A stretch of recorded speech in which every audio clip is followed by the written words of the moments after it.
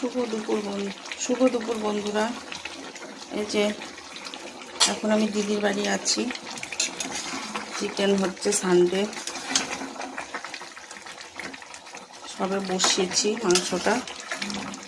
দিদি সব রেডি করে দিয়ে গেছে, ও স্নানে গেছে। আমি বললাম তুই যা, আমি করে নিচ্ছি। এর মধ্যে পেঁয়াজ রসুন আদা যেগুলো মাংসের মশলা থাকে, আর দেওয়া হয়েছে একটুখানি আমন্ড বাদাম বাটা, টক দই।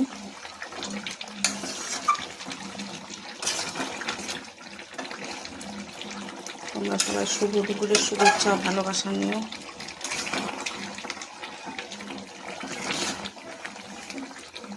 আমাদের কেমন কাটছে আজকে রবিবার অবশ্যই জানিও।